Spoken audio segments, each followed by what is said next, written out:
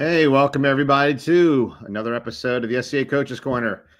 Remastering or reinventing your fighting style. What does it take? So hopefully you have a couple people coming on. I see some people saying hi already.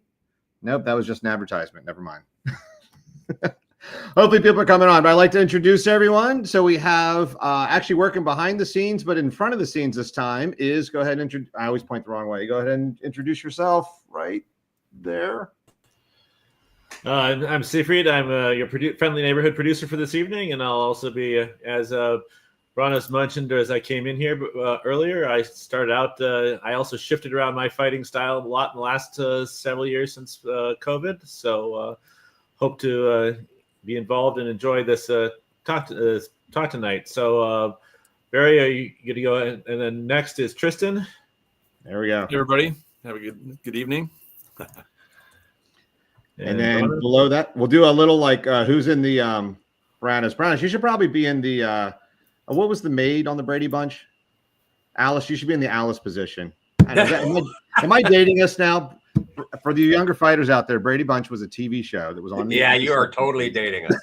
All right, well, we'll use Hollywood Squares instead. That's all right. There you go. So, welcome everyone, and look forward to being on the show. I'm just kind of popping in. You guys get to put up with me. Alan couldn't make it. His pet is not doing great, so he's taking a night off. And then last but not least. Hi there, I'm Eliahu from the Mid-Realm, but I've lived in other kingdoms and had the experience years ago, and Brannos knows the story well, of completely changing my system. I think of it as a system, not a style. But that's a discussion on its own. So semantics. So glad to be here. Yeah. So yeah, thanks everyone, and anyone listening, please post some questions in the comments. Somebody's beeping. I think that might have been me. Oh, by the way, I'd also like to point out this little tree right behind me. My wife put a lot of effort into that tree, and we never have anybody visit. So I'm glad that the whole world gets to see her beautiful tree now. So, very cool. yes, very nice. So anyway, yeah. So what's motivated this episode is I originally I forget what the title was. I proposed to Brannos, but it was something to the effect of how do you completely revamp your system once you've gotten good? And then people are like, well, what do you mean gotten good? Like I don't think any of us, or at least most of us, don't think of ourselves as very good. No matter how good we get, there's always someone out there that can really challenge us or just are unbeatable. But I kind of think of gotten good as almost anybody at practice after a little bit of practice, maybe even a year or two, you get to a point where you have a lot of fighters where you have this kind of maybe a trick that works or a system or a jumping shot or a weird like 3-shot combo that works all the time. Maybe a lot of stabbing. Nobody can block your stabs. And you get very successful against a certain level of fighter, and then you just hit sort of a wall where no one above you can beat. And what ends up happening is sometimes someone convinces you that you kind of need to throw out a lot of stuff that you thought was working and sort of revamp your style. And I'll give you a little bit of an example. There's a couple of people practice every now. I'll look at their fighting, and we'll watch a video, and I'll see them. Just as one example, they'll do something where they'll just get like really aggressive against somebody, maybe like a knight that's significantly better than them. They're trying everything, and they get really aggressive with them. And I'll watch the knight just sit back, block everything, and then hit the obvious opening the person left. And I tell them, I say, hey, what you're doing right now works great against like the bottom 70% of fighters. It really does. Just get real aggressive, throw a bunch of shots. You're going to leave an opening, but that's not going to work so well against your upper 5-10% of fighters. And if you want to start beating them, that might be something you have to kind of dump and sort of revamp. So I'll go through a little bit of my own story, and then I'll pass it off to someone else maybe to share their story. For me personally, I'm a tall, leggy fighter with pretty fast feet. I'm 6'3". I ran track and field in college. My legs are like 80 inches long or something like that. They're just crazy long legs. And I've gotten used to getting a lot of mileage off of these like really big, long, lopey, sort of stridey steps. There's a lot of people that works for just stepping around them further than they expect me to, and I can get some really good wraps around. And then I get to a certain level of fighter where they just kind of wait for that, and they take out my legs in the process, because I really leave a long target. There's a lot of space between when I start my movement to when I finish my shot. And these are things I learned, by the way, as actually it was really Duke Sven who was getting me to sort of revamp this. And I also want to throw some credit out to Duke Brennan, who gave me a nice little master class on footwork and why these smaller steps are more effective than these sort of big giant steps I was taking. Yeah, I know Brannos is a big fan of the smaller steps too. And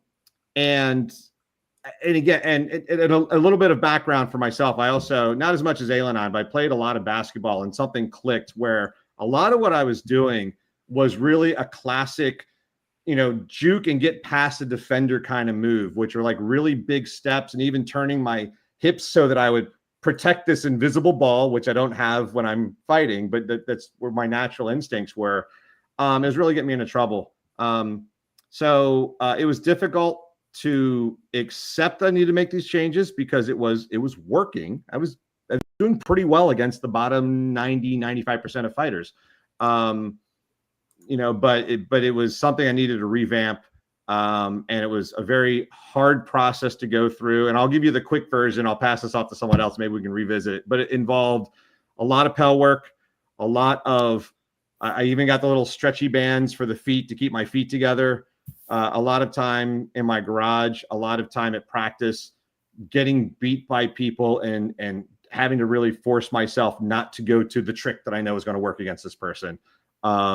Losing a lot. So it's a frustrating process. But I think I've gotten over the hump to where now my fighting is better with the new footwork than it was with the old footwork I've been doing for 30 years, So anyway, that's my story. I don't know. Does anyone? I got a couple of questions for you. How did those bands around your feet work? I have a number of people ask about that, and I've seen people do, or at least talk about people, in boxing, they tie their shoes together and things like that to make them, have shorter feet. How did they work for you? Did you find that you could actually fight with them, or is it something you were used at practice, like drills? Yeah, I've not fought a person yet.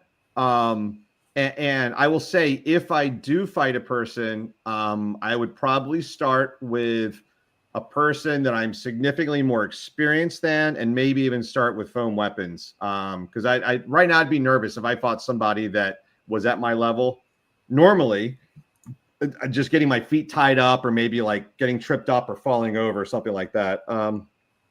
Or even just getting beat so badly that it would just destroy my ego that I would then lose confidence.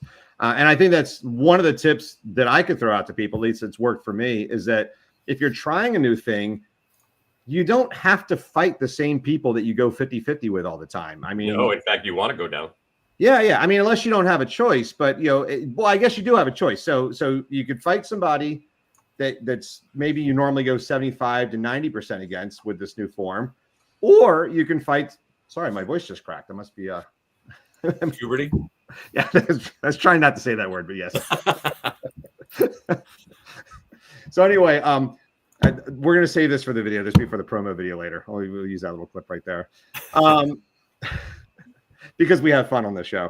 No, I was going to say, or you could fight somebody that maybe you normally go 50-50 with. It would have to be somebody you trust and maybe don't have like an ego battle with. Or maybe like I could go fight like Tristan or something like that and say, hey, Tristan, I'm working on this. Can you just try to match my ability level? Like, don't take advantage of this system that I'm using, So that's one way you can do it. But yeah, Brannos, what you're saying, I'm mainly doing pel work. I'm mainly just trying a couple, and I go back and forth between maybe like my bread and butter shot and like maybe like a second maneuver. And I do reps and reps and reps of those. Sometimes I go through just doing whatever feels natural. Other times I try to really focus on, this is the foot I want to move first. This is the foot that follows it. And I just try to mix it up a lot.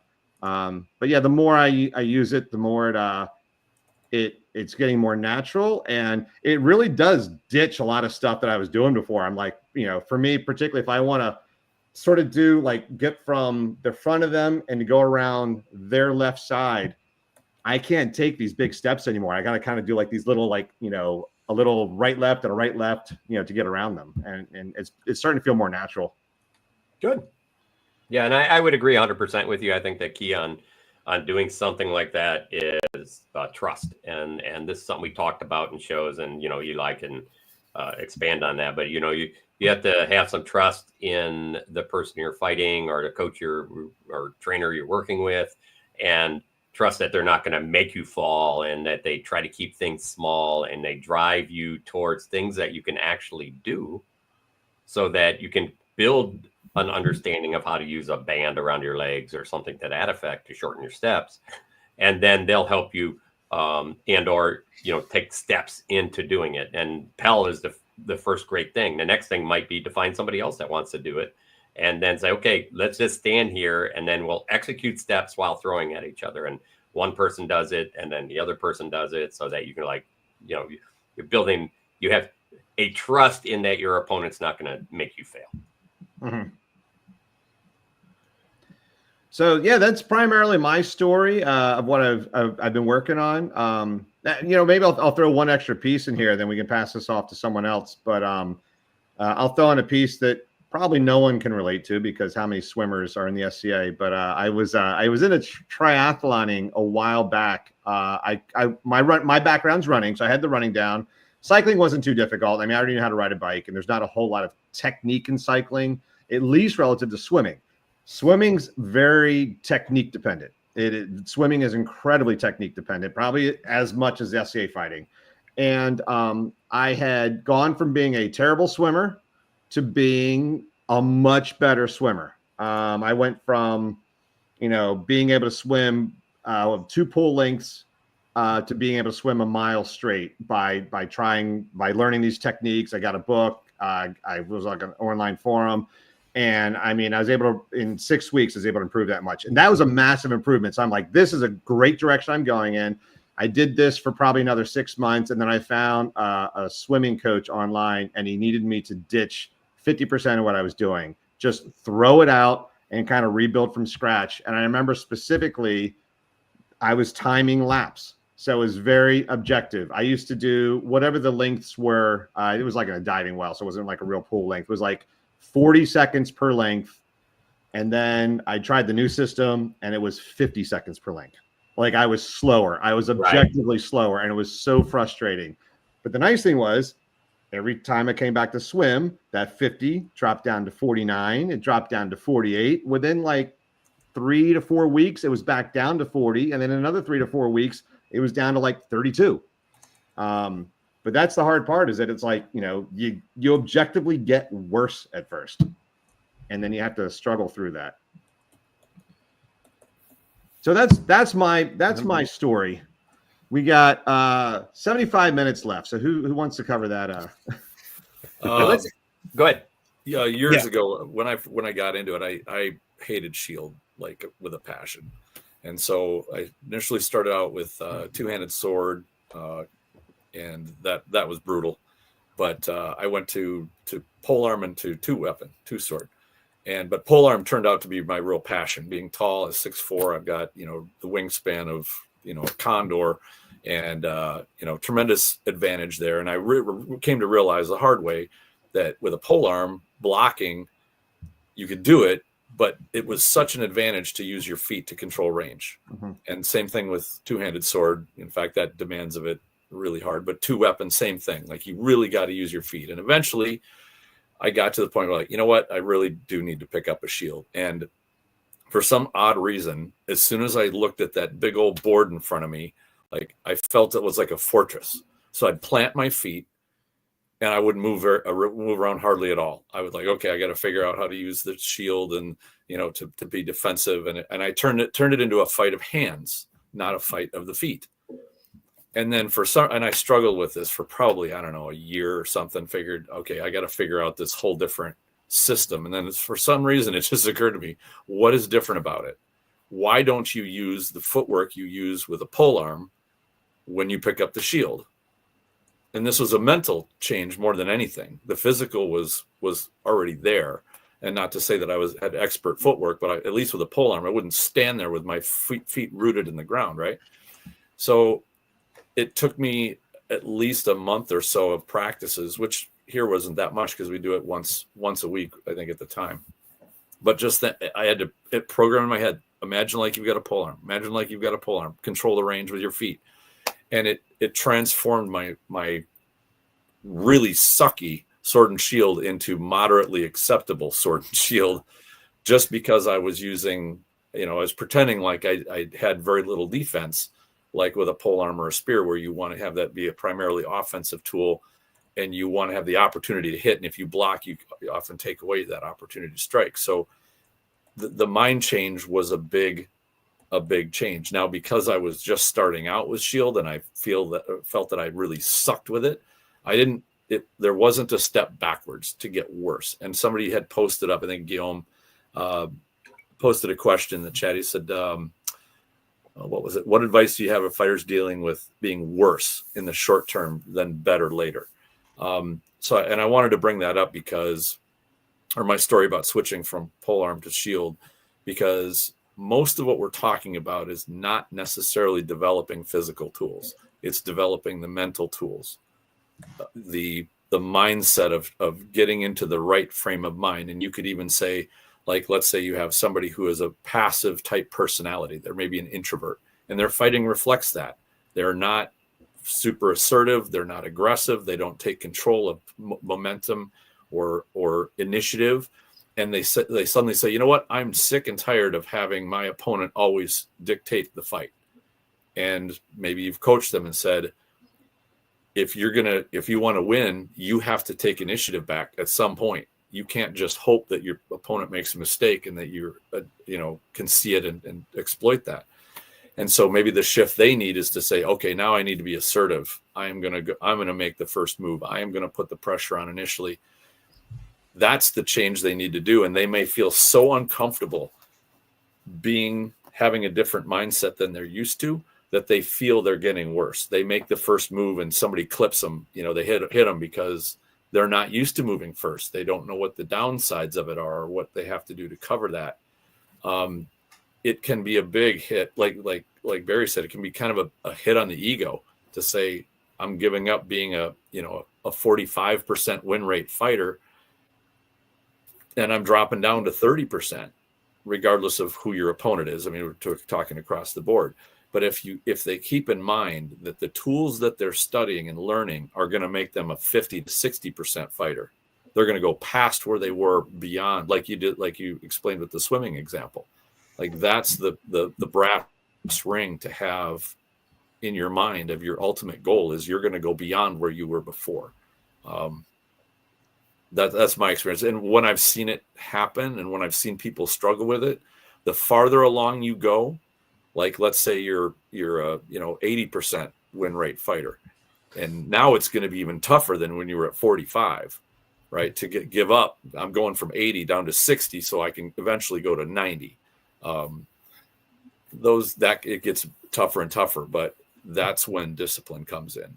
That's when managing your ego comes in, to say, I'm in this for the long haul. I'm not just in this for what can I win tomorrow or next week. It's what can I do for my own self-improvement that I will flourish in the long run. To me, that's my observation. It's all a mental battle, really. It's a hard mental battle. Very hard. It touches on a lot of the chivalric virtues. Really, relearning requires you to exercise humility and perseverance, and to gain prowess at a higher level, to improve that. It requires you to exercise veritas, truthfulness, honesty with yourself about your own ability and about other people's abilities. I've seen people who were once at the top of the sport, but they didn't adjust. They didn't keep learning. They thought they had achieved it, and so they stopped, and the state of the art passed them by. And that was hard for them to accept. and they were trying to do things and getting frustrated with not in their minds doing as well as they used to, because they'd stopped learning. They thought they had gotten it all and didn't realize that there was more to learn. And that's a lack of, that's not understanding that there's always more to learn. Hey, Your Grace, I had a question for you. Maybe for us young folk, maybe for the young folk that might be online. But yeah, like what kind of changes? Because I know I've been around since the 90s, and I've certainly seen, but I didn't really pay too much attention, particularly to singles fighting. I was more of a melee guy, and I certainly saw a lot of changes in melee, and then some people that stubbornly held on to things for 5 to 10 years that just wasn't working anymore because of spear technology, or pole arms changing, the length and the types of heads. But what kind of things did you see in singles that maybe used to work that kind of went out and that people needed to adapt to? Well, that's a great question, because let's see, I authorized in 1979. I was knighted in 1983. The system I learned, and I call it a system rather than a style, because too many people emulate a style without it. They imitate without understanding. And in a system, all the pieces are connected and have a purpose. So the position of your feet, the how you wear your armor, how you stand, how you all of it, it's all a system. And the system I learned, someone once described me as a snapping turtle, that I didn't really move very much. I had a really solid defense, but as soon as my opponent made any kind of mistake, I could hit them. And that succeeded for a long time. But I saw over the years, people were moving better. People were more fluid. There were certainly changes in equipment that I did what I could to keep up with. And I know the second sword I ever made is in the baronial archive, because I'm amazed that I could even wield it. It's round handle, unwieldy club. Wow. It was a club, not a sword. But people weren't talking about those things at the time. What there was a beginner joy in what we were doing, and we didn't really know very much. There were a few people who were teaching systems, and so I learned one, but it was none of the systems I saw had much footwork, had much movement in them. And so in my personal experience, what was it, Brannos? 20 some years ago, 24 years ago. Yeah, it's been a while. It became clear to me that the state of the art had moved on. I remember a fight with Duke Ronvalder, who he just dissected me. Now, he does that to a lot of people, but it was bewildering to me. And I went to him, and I went to Brannos, and I started talking to them about learning something new. And then I had an injury to my wrist that required surgery, so I couldn't swing a sword for a while, although I fought left-handed for a while, which was a lesson in humility. Hey, by the way, there's a question about switching hands in the comment section. So if you want to handle that any point,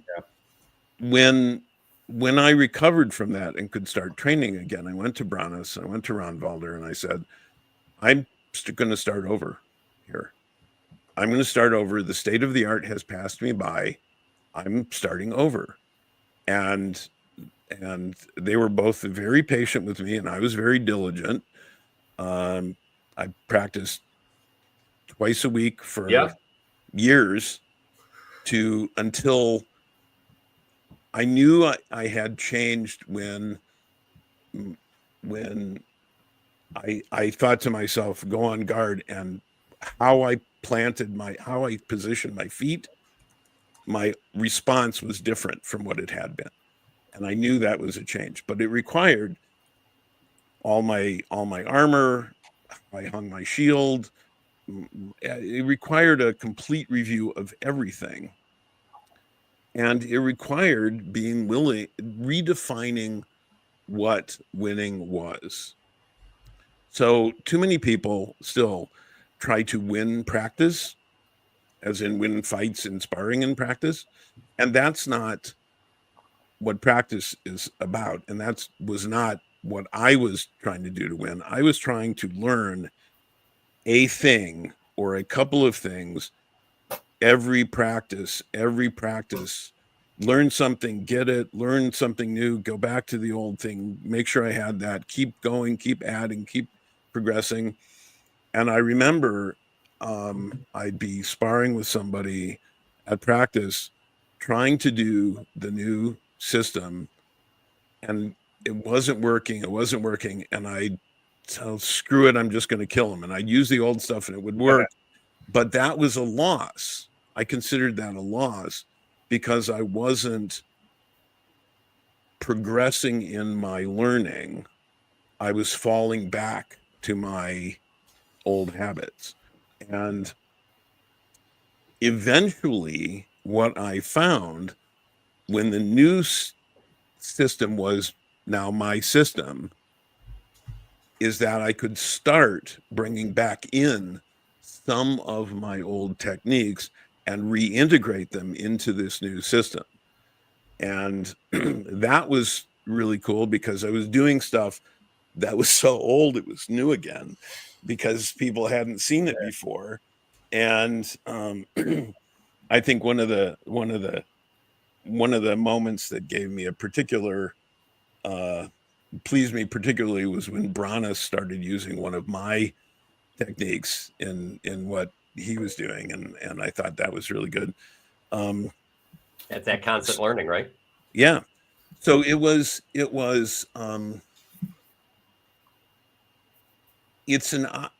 requires somebody who wants to progress has to understand that temporary winning is not the goal. A long-term improvement is the goal, and that takes patience, which is another virtue. So eventually that became my system and how I did it, and I could add to it and keep learning, and it was a better base. It was a better system from which to keep learning than the older system I used. Yeah. Hey, I got So I'm going to jump back a little. I think one of the big pieces is I'm going to talk about that from the coach's side. When Eli first came to me, and I don't know how Ron Golder felt about it, but I know, he came and he's like, hey, I want to change my stuff. I want to change it to what you guys are doing. I want to learn it. And, at the time, I wasn't quite the nicest trainer in the world like I am now, right, Sivrid?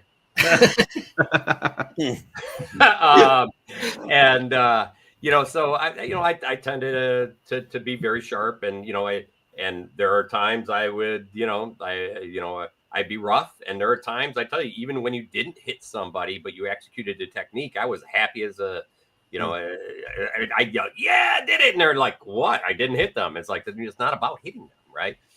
But it was hard because I grew up. Eli was an example of what a knight was, and when I came into the SCA, so for me, I had him on that pedestal, and to have him come and ask to do that. In fact, I think it was after the first or second fight practice. I'm like, hey, I just have to make sure I'm the one feeling weird here. I want to make sure this is just how I train, and it's nothing to do with the risk I have to do, but this is how I train. Yeah, we had that conversation, and I did my best to set you at ease with that. Oh yeah. And I think one of the things you had to know was that I was serious about it. Yep. And because you had said that there were other people who had said the same thing and hadn't stuck with it. So I knew that I had to, but I always intended to anyway.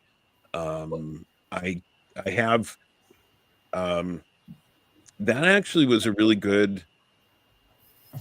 I took from the perseverance, from the diligence of that as a long-term project, applied that to other things. I'd done other long-term things before, but that was interesting. And I'm just really making this connection now. I've written 2 books, and that's a long-term project, writing a book.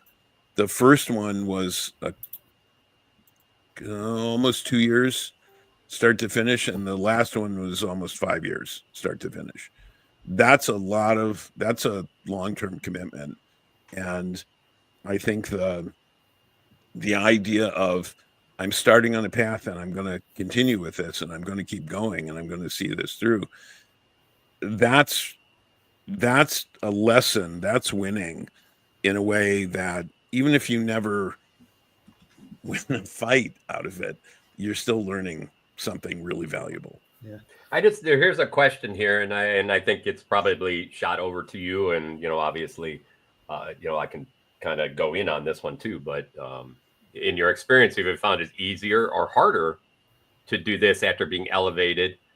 Obviously, Barry, this is why you started this episode. Or receive strawberry leaves due to social expectations. Like, hey, Barry, you're supposed to just win all your fights now, right? Yeah. And Eli, you're going to do that for the rest of your life because you're a Duke, and Yeah. I'll interject that a little bit. So it's funny because we just had a local person, actually 2 people get elevated a couple weeks ago, and I sat in on the vigils, and one in particular.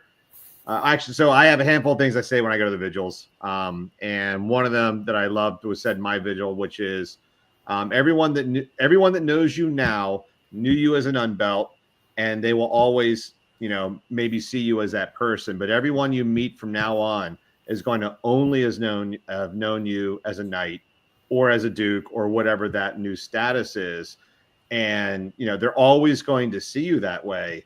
And yeah, I have noticed that's made a difference in practice. It's like sometimes there's an ego battle where, well, there's a couple of things. So one is the expectation for yourself. Like you're like, oh my God, like they're going to think I stink, or they're going to think I don't deserve this belt. And the other one is sort of an unfair expectation for them, which is, oh, wow, I beat the knight at our local practice, 60% of the time. It's like, well, that's because you're working on this thing. So sometimes there's a little bit of that, like, I really want to give them my best fight. So do I not want to work on this thing? So that's kind of like my thought on that. I don't know if Eli or Sivrid also a recent elevation. Yeah, I and first of all, before I say anything else, thank you, Ron Valder, for the kind words. Really appreciate it, and thank you for your help. I would go to an event, and I remember being at an event, fighting in a tournament, and being stuck between the old and the new, and not being able to do anything well, and it was frustrating. But I knew it was a part of the process, but it was still frustrating, and I saw the look of confusion sometimes in people's faces who were fighting me, going, I thought he was a duke. I thought he was. And then the other look was, oh, he's just an old duke. He's not, so it's like, okay, I'm patient. I'm going to stick with this. And eventually, seeing those people again, once I had turned the corner on the learning the new stuff and started adding to it, and that was gratifying, because that was a change. So there's social expectations. I think that's the hardest part in many ways, right? You have to learn to let that go. I mean, social expectations of you being the best at something, you have to let that go, because that's just your ego getting in the way at anything you're trying to do. You focus, and this is something I've taught. I've also taught design, taught students there. as well as in fighting, focus on the process, not the end result.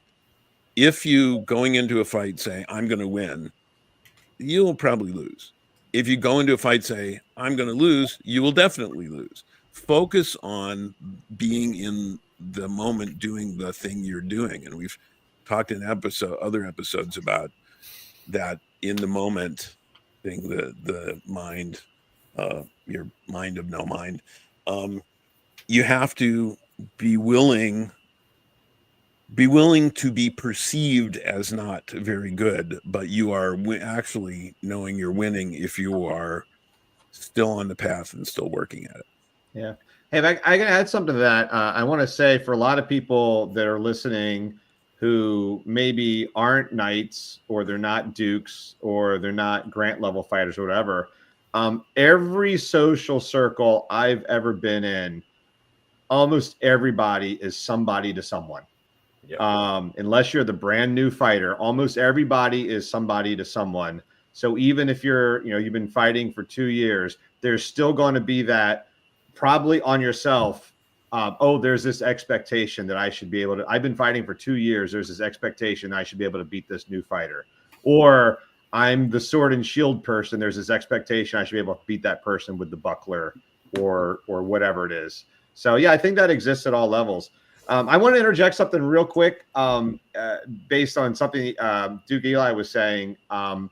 Again, for those that haven't been around, I know when I don't even want to say coming up, when I first started fighting, I lived in the Atlantia area. I guess it's a kingdom, isn't it? I lived in the kingdom of Atlantia. And, well, they seem like an area to the east. They were an area of the east at one point.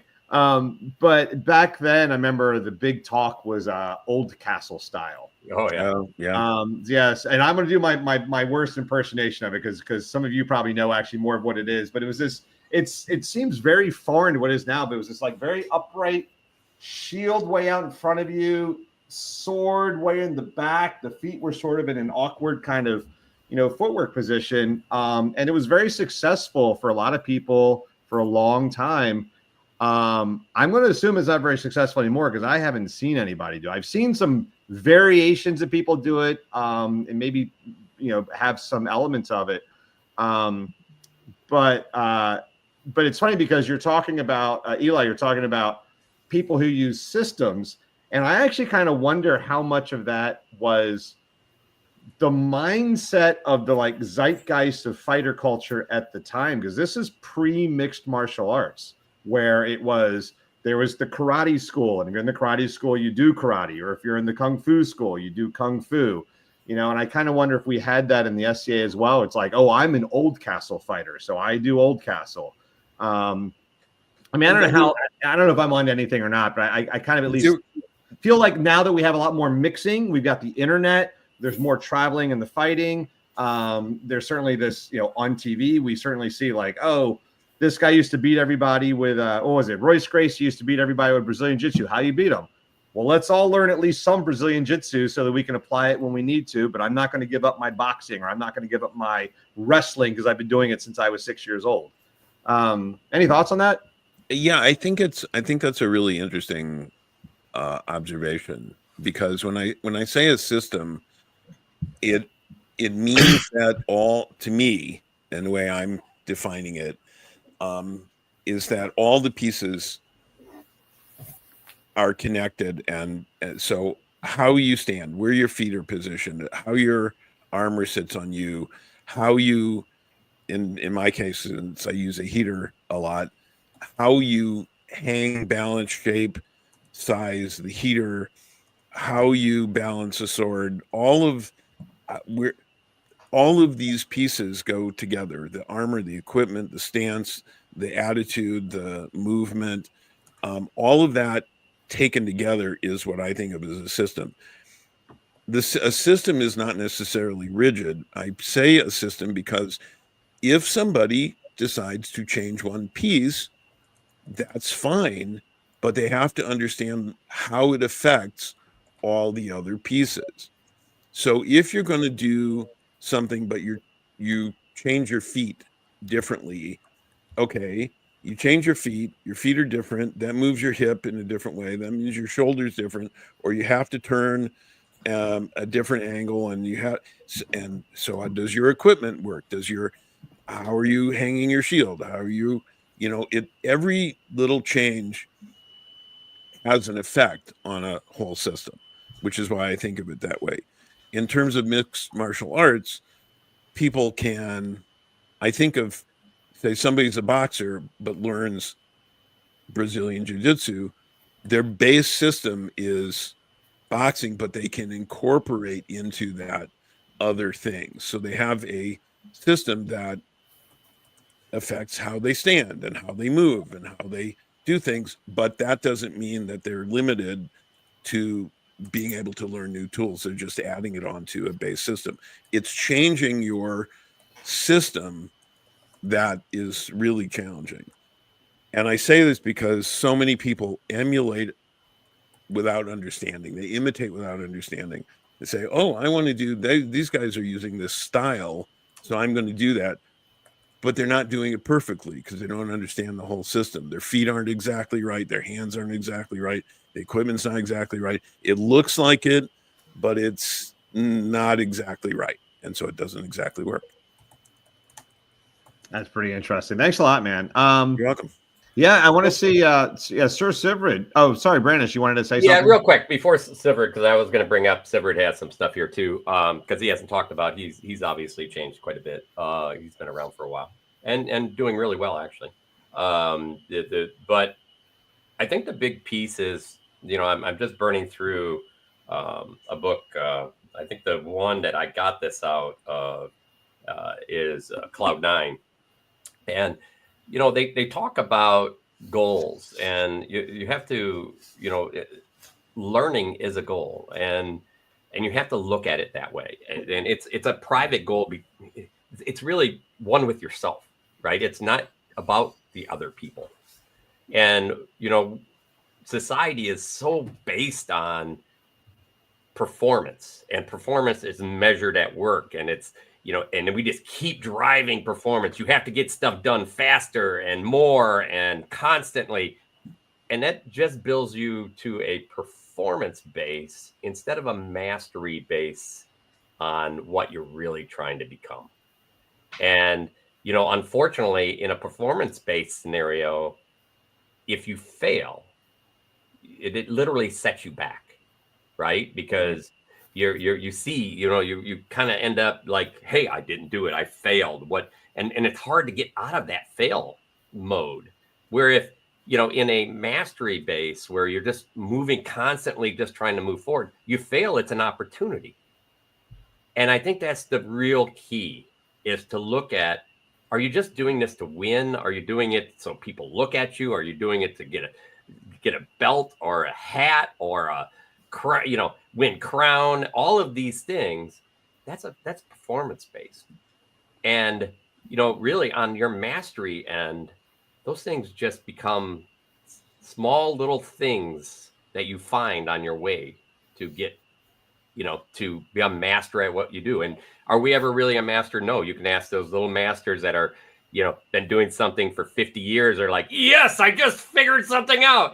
It's like, really? You've been doing this for 50 years. And they're all excited and they want to just keep learning. And that's where we really should be trying to get to, I think. Yeah. One thing I do when I go to fight people, like if I'm gonna go to an event, the 5 of us are gonna be there and we're all gonna fight each other. And the ego is like, oh man, I gotta really put up a good fight against these. Like, boy, I hope I win these fights. Boy, I hope I don't. I hope Tristan doesn't show me that I really suck at spear and he's the true master of the form and all this stuff that he does. Whatever it is, right? And I have to tell myself, I'm not going to fight people. I'm going to experience them, because at the end of the day, if I fought the 4 of you and walked out winning not a single fight, it was probably good that I had that experience, because that's going to make me better. Like that's where my fighting is. Now I learned some things. Now I've learned what doesn't work, and that's going to make me better. But if you think of it as a fight, it's like you can fail, and that's really hard on the ego.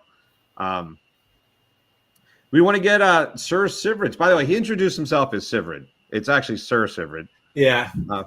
He's still getting used to it.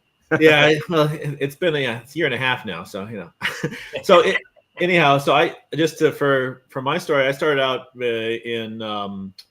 so I authorized back in '91 and fought primarily with a style which was a center grip style, which involved sword high, shield low, shield blocking the legs, sword blocking everything on the head. And I was grant level unbelt in the mid realm, and then I took 10 years off. And one of the interesting things was that as I was coming back, well, it was during COVID. So one of the things I was doing was listening to some of these shows. And one of the things that stuck with me was one of the things Tristan, I think, or it was either Tristan or Sean, was saying, you can't learn with a full cup.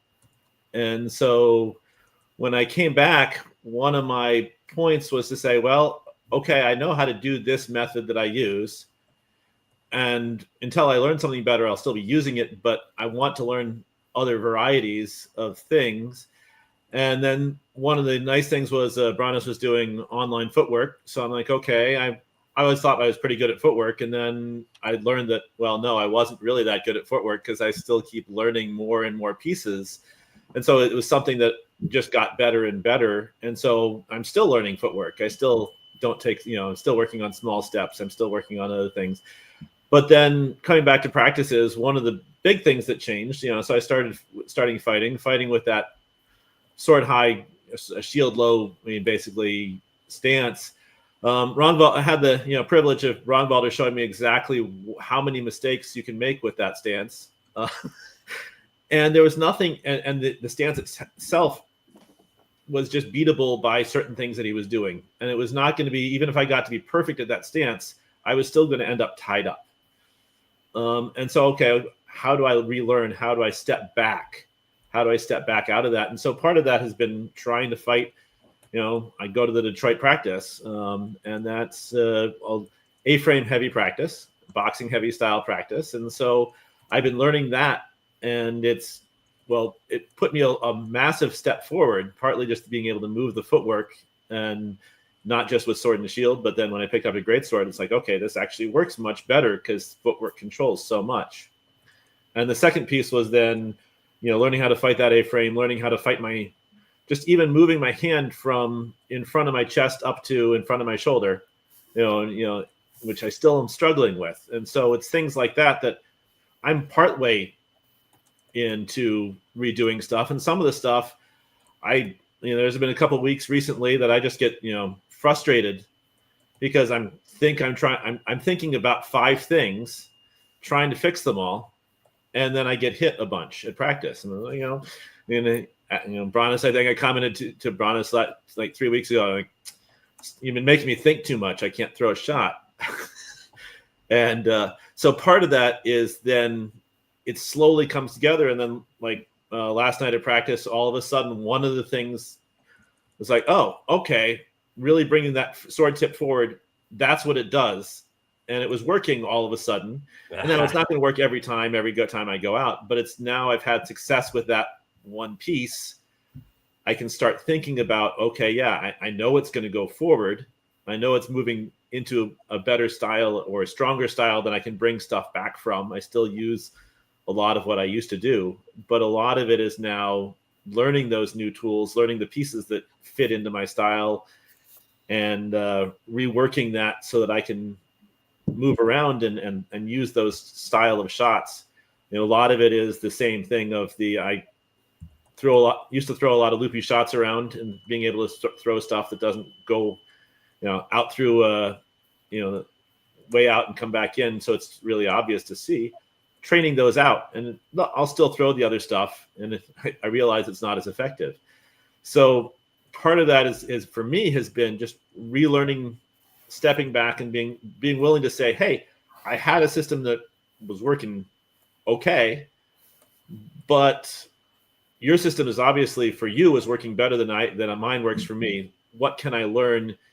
And the other thing that is a trick is that, I wasn't going, even if I was going to try to get better, there are not a lot of people who fought with the style that I was fighting who could teach me how to advance that style further in where I am right now. So it made more sense to learn some of the things that people who are really good at are best at, and learn those styles.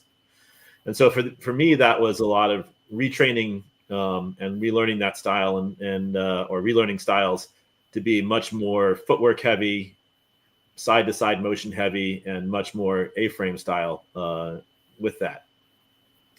So that's kind of where I'm at. So, and I guess the good part was, I mean, you've had, you go to a practice that's very hard to feel like you're progressing forward because you're losing, you tend to get hit a lot, right? Yeah. I mean, and sometimes it's like, oh, I feel like I'm learning the same thing again, and me and Rongwalder go through that all the time together. I'd be like, he'd be like, hey, you might want to, shorten your feet. I'm like, yeah. One of these 30, and hopefully the next 30 years, I'll remember to do that. And, and, but, it's, those are the things that keep us on the edge. And we're like, instead of taking that as like, hey, I'm trying to do this thing. I want to win, so I'm trying to do this. It's like, it's probably where I'm falling back on bad habits and I got to fix things. And, those are having people that understand how you do stuff right there is such a great thing. It's like, they're like, hey, this is what I see. And they're like, oh, okay, tweak. There we go. And it's not a negative thing that you're doing those, although sometimes when people tell you the first thing you want to be is defensive. And you have to really work on getting out of that defensive scenario.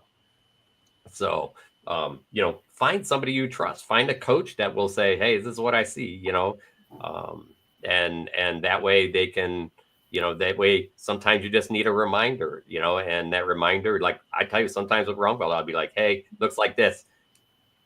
He fixes it, bang, right out almost every time. It's like, it's very, very cool to see. Where others, I can see they're struggling and they get back in fighting and they want to win instead of trying to fix the thing they were supposed to fix. I have one more comment quickly.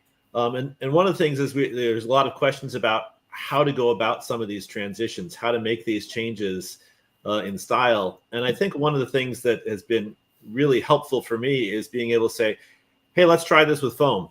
It doesn't hurt when I mess it up. I can mess it up 20 times and I'm not paying that with a bruise all across my leg. Or hey, let's try this. Fear, right? Yeah. And so I can try something new. And even though I know I don't know how to do it, I'm learning how to do it. I can still do that in a safe environment. It's trying something new in a safe environment. And so whether that safe environment is using pads, whether that safe environment is using foam, whether it's going slow speed, whatever, or just letting the person know, hey, I'm trying to figure this out. Please, if my leg's open, just tap it. Don't blast me there every time. I mean, even just that level of communication makes it a much more friendly way to learn that training. Just don't call it light when they tap it. Yeah, exactly. Hey, Barry, we got a bunch of questions, and the good part is we have a bunch of great fighters in the forum here talking to each other. So I we have to answer every one of them, but can we just go ahead and highlight a couple of them? I think Sabrina asked a little bit. Yeah. And I guess the thing they asked was, they're progressing up, and in this scenario, they're finding round shield beneficial, and they want to keep with it. And they were just asking, any suggestions on how to get better at something like this. So anybody want to grab that one? I know nothing about round shield. So I'll throw something out there. First thing is, when I'm learning something new, I go watch video, and I'll go watch, like, I want to learn a better pivot step, or I want to learn a better training step to teach a pivot step. I'll go look at videos. So find other people that are your height, your build, maybe fight a little bit, that you fight a little bit like them, that have a better offense, and look at those videos and really dig into them, watch them. And if you have to, talk to them, say, why do you do this? What are you doing here? Can you help me? Can you show me this so that they can help you not only understand what it looks like, but the timing in their head and how they're making it work. So reach out to those people, because you're like, hey, you got this, you're great with round shield, I want to learn something. And that person be like, oh, well, thank you very much. I will teach you everything you want to know. I think the one comment I would make, I would say to anybody, any piece of equipment, and I'll focus on shields since that was the question, make sure it's balanced well for the way you're standing and using it. Round shields, particularly center grips, are inherently easier to balance, but they are not automatically balanced. If you hold it, if you have to hold, if you're fighting to hold it in the correct position, there's something wrong. If you have to expend energy, if it doesn't just sit in your neutral guard position, so then it's not, there's something wrong with the way it's hanging, the way it's balanced, where you're holding it. The handle needs to move. You need to move something needs to change. So that's one indication. And with heaters, and I use a heater, I analyzed it extensively and developed a method for sizing, hanging, balancing properly for people depending on the style, the system they're using. But round shields, more people use round shields, I think, because the success of people who use round shields. So there's a certain amount of, well, it works for this guy, I'll emulate it, not necessarily understanding why it works. But I think also the other factor is a lot of people didn't know how to properly shape and balance a heater. But make sure it's sitting without you having to expend, without you having to pull it into position. Make sure it's sitting naturally in your guard position. Yeah, i.e. minimum level of energy to leave it there. I mean, there's going to be some shoulder and things like that. But, Yeah. You know, one problem I see a lot of these is the handle's mounted flat on the backside, and that tends to tilt your shield forward. If you mount that handle halfway in, then this whole shield, the weight of the center of the shield is sitting right at the center of your hand. So now you don't have to use your fingers to keep it into position. Right. It's just sitting. The point of the plane of the shield is going through the strong point of your hand, instead of when a handle is outside the plane of the shield, you're having to hold it in. When the grip is the plane of the shield, the balance of it is sitting on the strong part of your hand, then you can hold it. And there are other ways. If you hold it naturally at an angle, there are ways to adjust that as well. So we also have a comment on that particular question from His Grace Rongvalder, who is known to fight with the center grip oval fairly often and does fairly well with it, I think. But, you know, it's the footwork, and so your movement becomes your defense and your shield is secondary, and then you have a better positioning for offense. So that's another piece that goes with that. Hey, can I throw in something on that real quick? Go ahead. As I opened up before, I don't know anything about round shield, but I will say something that Duke Kendall had said to me, which is he said, I try to high five their sword. And that might be a little bit of oversimplification, but it's the idea that a lot of times I believe strapped shields, and I know that Brannos fights with the center grip, so you might have a different opinion, but I know that strap shields are often much more static. This is tying into what Ron Balder just said. Strap shields tend to be much more static. Center grip shields, and again, I'm not really a center grip person, but it does seem like I've seen people fight with center grip in a very static manner. And well, I mean, Brannos, like you pretty much, you actually went from strapped to center after being very good. So what are your thoughts on that? I mean, I've seen some strap. My thoughts are I pretty much pick up any shield. It doesn't matter anymore. And this is that flow into mastery level and understand defeat, like Rungvalder's talking about, in distance and control, tension in your opponent. All of these things are defensive. Offense can be defensive, right? Or at least the illusion of offense. But I had to go to a center grip because some shoulder issues, and I mounted it, and really I kept it in the exact same location where my other shield was. Now, it did give me some freedom, and I usually just use that freedom to kind of hide my falling back and things like that. But for most part, if you just I use a shield as an area of effect. It doesn't matter where my hand is, how it's mounted. It's an area of effect. I make sure that area is covered. I've got a really silly question right now. Is your video flipped? That's your right hand, right? Yeah, that's my right. I can go left, but then I have to turn this way. Oh, okay. I was like, I'm pretty sure he's not left-handed. So you're that much of a master. You can even mime fighting with either hand. That's really impressive. So, I want to cover one because I think this is key to the show, and Guillaume brought it up. When do we determine that we should remaster the fighting style? Or, I think we're always tuning. Sometimes you're just tuning. Sometimes it's like, hey, I'm going to add a whole new thing to broaden my style, right? Or you see somebody doing something and you're like, whew, I want to learn and understand what's going on there. And some of your old stuff kind of falls away. And then there's the way Eli did it, is like, you know what? It is time to move on, and I'm going to leave this thing and move on, because what happens is we want to be, we always want to fall back to our safe space, which is what we know. And what we know, we already know isn't getting us to where we want to be. So, I think the key is sometimes you just have to be truthful to yourself and say, hey, this really isn't, I don't know if this is working 100% for myself. I feel like when I do test myself, that it feels more uncomfortable, or I'm not, that there's other styles that are, essentially making my style not work anymore, or I have an injury and I'm not going to be able to do this anymore. And I have to, I can't just, hey, I lost 200 pounds. I can't stand in the middle of the ring and pound it out like I used to. Maybe my style is going to have to change. That's a real thing, believe me.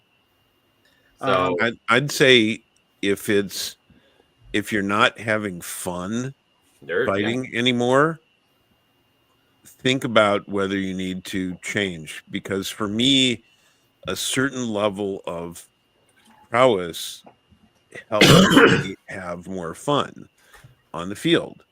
And I wasn't having fun when I realized the state of the art had passed me by. So I wanted to get back to a point where I wasn't frustrated. I was having fun. I think there's in any art, including a martial art, any art, you master the techniques until you don't have to think about some of the techniques. You can simply use the techniques in the right way, in the right order, at the right time to make something. And that, to me, is where the fun is. When you can have fun out there, you're relaxed, but you're energetic, you are, and something happens and something new happens. And it's one of those great moments where a thing happens that requires a certain level of practice and mastery and technique to get to a point where you can have that level of fun. You can have fun just going out and putting on armor and hitting and getting hit. That's fine. I'm talking about it's hard to explain. I think of it as an aesthetic level of appreciation for the fight. To get to that level of appreciation and fun, that takes practice. If you're not having fun, figure out why, and maybe it's time to change what you're doing. Well, here's my question: is let's say you have a goal, whether it's to get a grant level or a peerage or win a major tournament or become, crowned or something like that. So let's say the goal is winning as many fights as possible, being as good of a fighter as possible. How do you determine the difference between I need to make some fundamental changes, or I'm looking for an excuse to avoid making these fundamental changes? I'm going to make some sort of radical change. Like I've determined that it's the shape of my shield that's the problem, or you know what? I was an A-frame fighter. Now I'm a hanging guard fighter. And then 6 months later, I'm not a hanging guard fighter anymore. Now I'm more of a, I'm doing more of the Brannos thing now. I'm not doing the Brannos thing now anymore. I'm doing the Tristan thing. How do you make the difference mentally between I've got some fundamental changes that I need to make versus I'm just kind of looking for the next new toy to think, kind of like we talk about it at a certain level. What's the next trick shot that's going to win me crown? What's the trick combo? Last time I said that, Sven answered with flat snap. We all got to laugh at it, but right. Like it kind of goes with what Eli was saying. It's the fundamentals, right? It's Yep. It's about understanding things. Yeah. So how do you make a difference between that? Like I said, I know for myself, I basically reached out to Sven because I saw that his system was something that worked and he did very well with it. And so I reached out to him and I kind of trusted his advice. But I've also seen other people that are just kind of like, I've been watching this video and I think I'm going to try this thing now.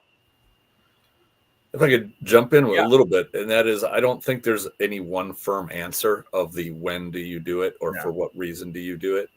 And that is, take a serious hard look at your system, not just add a little this, add a little that, tinker with this or that.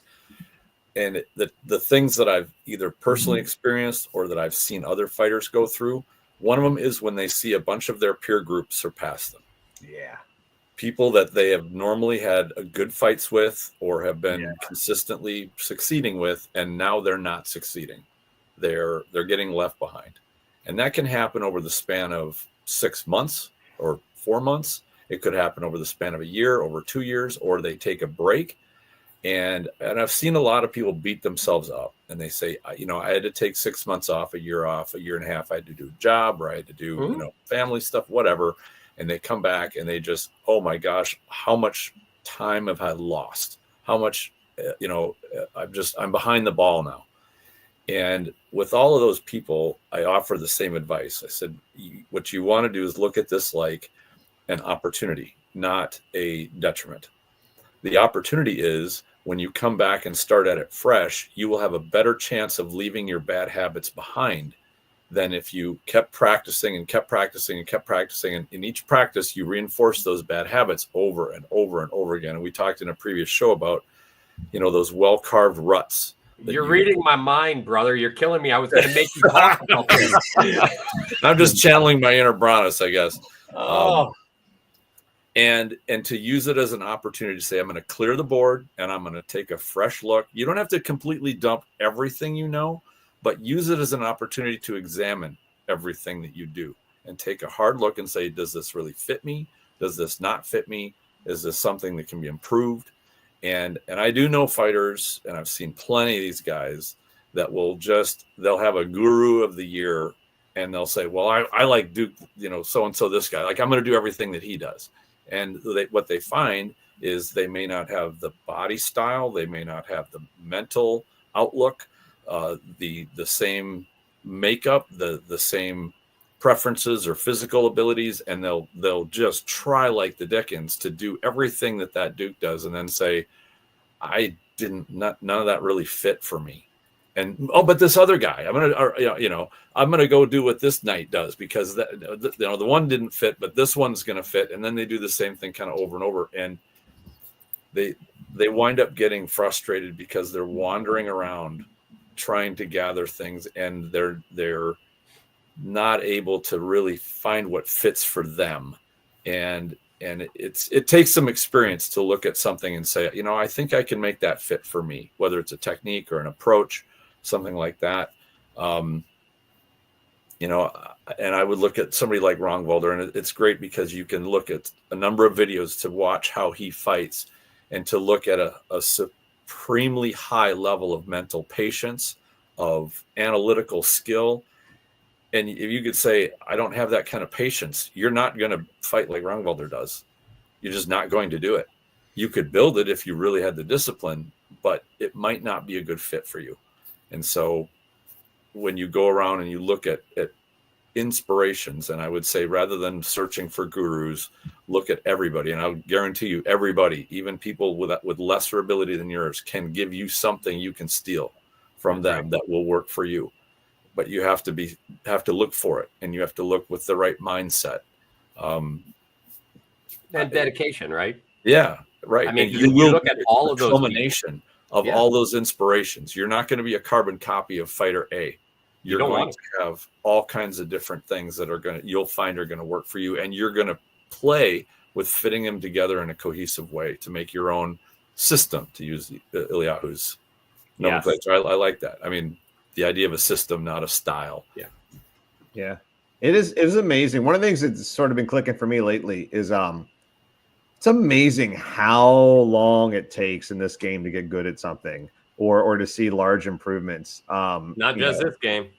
Well, yeah. I mean, a lot, yeah, any game, but it really is amazing. And I think maybe a lot of people just aren't wired for that or aren't used to how, if you're going to commit to something, again, I've used I'm working on the Duke Sven, 2-sword system, and I've got other people in my area that are also working on it.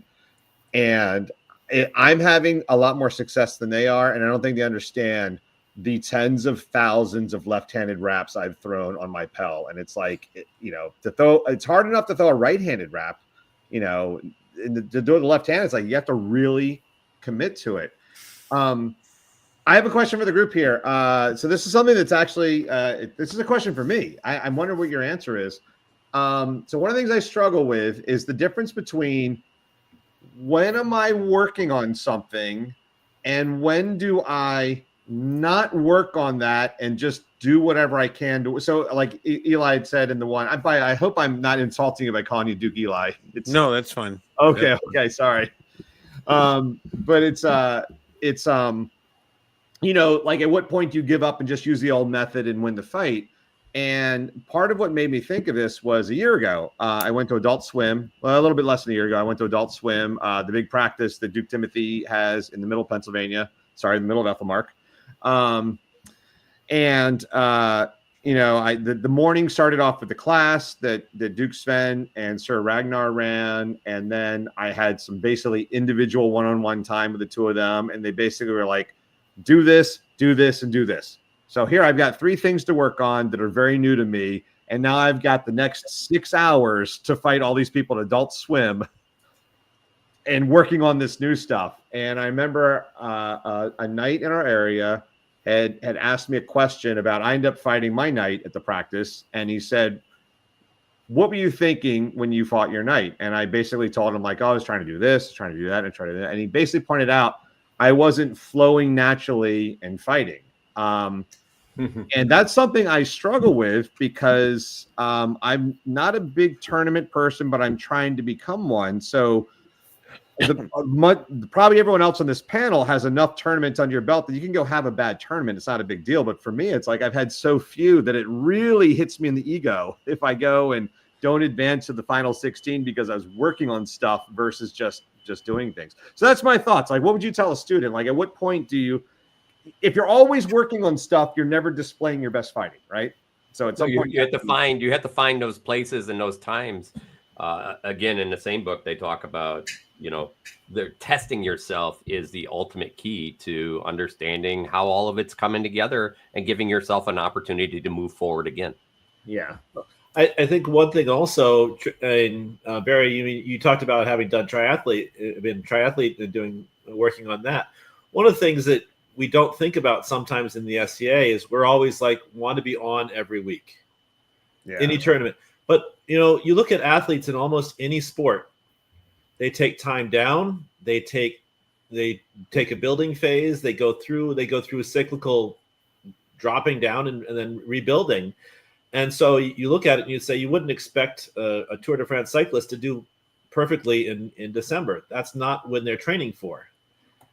And so you have to look at it and say, well, if you're looking and learning these things from Sven, then okay, you have to decide: is it more important that I have this opportunity to fight these great people at Adult Swim, or is it more important that I need to work on this? I'm in my building phase. I need to work on this piece. And so oftentimes that, and yes, those are conflicting points of view, but I think sometimes we all have to decide what our priorities are. What am I trying to, be ready to win or fight at my best at any given time? Well, that's hard. It's because especially when we're talking about this retooling, because retooling is inherently not going to leave you fighting at the. You're gonna have dips and then come back up again to a higher peak, and then another dip into a higher peak. And so, I mean, maybe it's not at Adult Swim. Try everything new out because it's Adult Swim. But on the other hand, maybe that's the best time to try it against 6 hours worth of people. Yeah. Well, you know what? I'll give you 2 examples of that. One is so Burka is a big tournament we have up here. It's a bear pit tournament. It's similar to Ice Dragon. And I fought Duke Edward came to the tournament last year. And since he has Duke in his name, he's obviously won some pretty big tournaments before. So if he doesn't win Burka, it's not a big deal to him. And he fought with a pole arm. And I ended up fighting him 3 or 4 times over there. We both got in about 100 fights. We faced each other 3 or 4 times. And I noticed each time I fought him, he had a different technique. And it wasn't necessarily, I didn't think it was necessarily the best technique to beat me. And I'd asked him later, and what he was actually doing, he said he went to the tournament because he thought that'd be a really good place. He wanted to get better at polearm. He's a sword and shield primary. He wanted to get better at polearm. He wanted to master that weapon style, and he thought the tournament would be a great place to get a lot of experience. And what he was actually doing was he was cycling through 3 different techniques. And so when I met him in the pit, it just happened to be, now it's on technique number 2, and that's what he was doing. So for him, he was able to throw the ego out there and say, hey, I think he finished 18th or 19th or something when he probably could have finished top 5, and he was okay doing that. But on the other side of that, there's a person, he's in the comment section. I don't know if he's still watching, but I was trying to nudge him. We're pushing him a little bit to get seen. I think he's definitely very close, if not at the Shiv level. And I was like, man, when you travel to the other regions, don't work on stuff, man. Go kill those knights, because they don't know you're working on stuff, and they just think if you're showing your worst game, they think that's how good you are. And I think that might be an example, I would say, for a lot of people, that if you're on a job interview, either make it very clear that you're working on something or just go beat them, Yeah, I wanted to jump back to kind of one of the first shows that we had where we had Duke Sean on, and he was talking about the method of the training cycle, where you go in and you start training, then you practice, and then you go from practice and you go to a performance venue, which is a tournament. And that tournament is to test how your training and your practice culminated in the skills that you built that you could take into your performance. If you go into your performance screwing around and practicing and training, then you're not getting the feedback that you can't normally get in practice or in a training environment. You want that competitive environment and use it for what it is. And now I'm not addressing the guy who wanted to shift from his specialty of sword and shield, and is a Duke, and now he wants to go play around and learn polearm and stuff. Like, by the time you're at a high skill level, you can do that. That's great. Right. But when you're up and coming, the reason I've seen people do that, where they say, well, I'm just working on something. Yes, I'm at this tournament, and I normally would be fighting competitively, but I'm just kind of working on some stuff. It winds up being a self-esteem issue. What they're really afraid of is going out, doing their best, falling short of their expectations, and they don't want to deal with that weight. It's just kind of too scary to say, well, what if I fail? What if I feel like total crap because I go out and I try my hardest? And I was very much like exactly what Sir Barry is talking about. I was never a competitive soul. I never cared for like that pressure tournament feel. I like going and practice. I like swing and stick. I like just sparring, having a great time. And when it translated to actually starting to go to tournaments, I underperformed. And what I had to learn was that it wasn't just sparring, it was sparring with a purpose. It was fighting with, your smartest game, not just to go have fun, but to mind your technique, execute well. If, going back to our discussion, if you're working on something and you're not confident in it, that you don't feel that through the training cycle that you've built up solid movement and skill and application, and you have not yet had consistent success applying that that technique or method in practice, do not roll it out when you're in that competitive environment. I've seen that and even been victim of this, in the past, where I'm facing an opponent, we're fairly evenly matched, or I'm struggling. I've thrown all the stuff that is my, tried and true that I know is down, and it's not working. And I just decide, you know what, I'm going to do what I saw that other fighter do that works for him, and I've never tried it. That's the stuff that is like a guaranteed fail. You're not going to pull out the magic solution that you've not trained and practiced and gotten honed down. You're just throwing crap at a wall, hoping to find something that'll stick. But wouldn't it be so cool if you did? So that is the point. I mean, this was an example. It's funny, Tristan, you're talking about. I had a heroic against Hans, who was my contemporary from the East at the time, and I was, we were pounding it out, and it just nothing was going either way, and I had been practicing a Molinet offside leg, which included a essentially a duck, and essentially I'd make them throw at me, and I'd slip under their sword and hit them in the offside leg, and I had been getting some success against mid-range fighters, and I started on the very low-end fighters, and I kept building it, and I'm like, nothing else is working. It really looks like I might be able to do this, and I hit him with it. And I'm like, nice. I guess it does work, and I never thought it was going to work against champion-level fighters. Sure. Yeah. Can I point out an observation? So when Brannos is talking about shield position, he'll use his left hand or right hand, but when it's an offside Molinet leg, he uses his right hand. So he hasn't mastered miming everything with both hands. There you go. And what I would point out too, in his description, Brannos' description, he did start working on that. I did start training it. It's not like he just said, you know what, I feel like trying this out. And this is the thing, because he did it the way that he did it, he did not just bail on his training.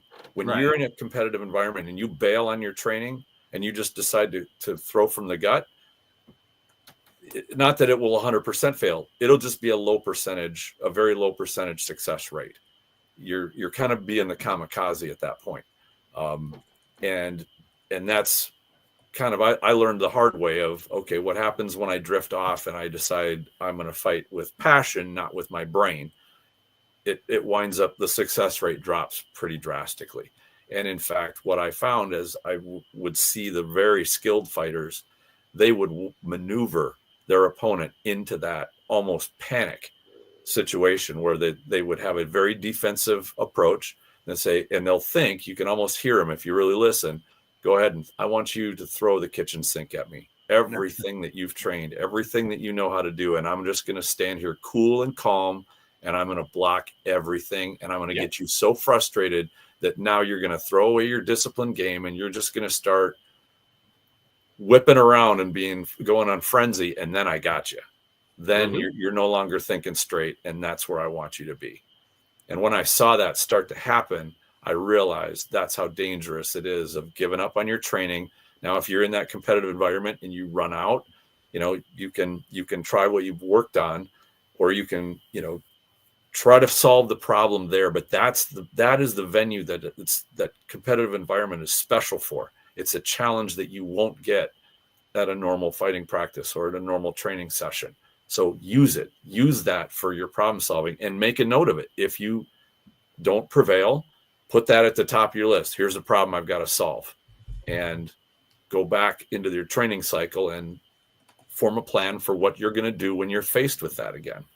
There are to say, well, I'm just going to train. I'm just, I'm going to this tournament, but there are some moments of invention that can happen under stress when you're presented with a situation you haven't encountered and things aren't working, and something, your body does something before your mind really formulates a plan. It's a moment of physical invention, but those are rare. The circumstances are rare, and you can't rely on that. It's an old saying, people don't rise to the occasion as much as they fall back to their level of training. The lowest level of training. That's right. So, yeah.